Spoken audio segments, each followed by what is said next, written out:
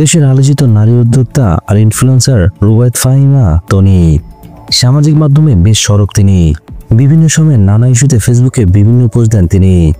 সেই ধারাবাহিকতায় এবার সাকিব বুবলি আর অপুকে নিয়ে একটি পোস্ট করেছেন।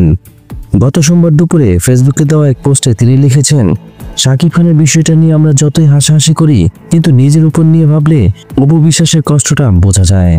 আসলে দিন শেষে পুরুষ মানুষই, কোনো মেয়ে মানুষ পেলেই হলো, সেটা যে কোনো অজুহাতেই।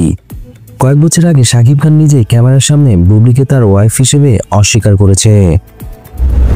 তনি আরও লিখেছেন, সাকিব ভাইকে তার কাজের জন্য রেসপেক্ট করি, তার জায়গায় সে সেরা, কিন্তু তার ব্যক্তিগত ব্যাপারগুলো নিয়ে সোশ্যাল মিডিয়ায় কি হয় তার বোঝা উচিত। বিশেষ করে তাদের ফ্যানরা বিষয়গুলো নিয়ে অতিরিক্ত বাড়াবাড়ি করে নোংরামের পর্যায়ে নিয়ে যায়।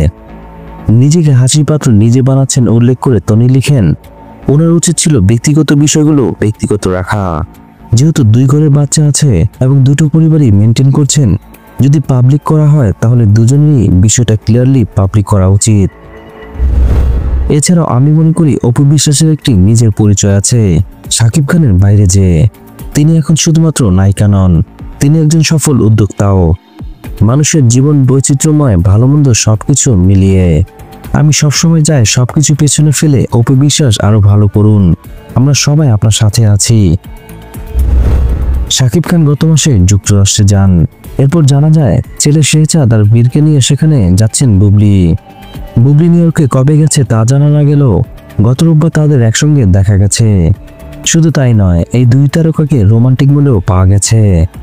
নিউ ইয়র্ক থেকে বুবলি নিজেই তার ফেসবুকে ছবি শেয়ার করেছেন, যা মুহূর্তে ভাইরাল হয়ে যায়।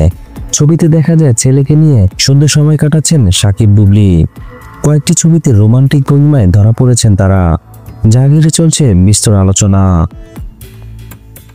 ভিডিও ভালো লাগলে অবশ্যই একটি লাইক দিয়ে যাবেন।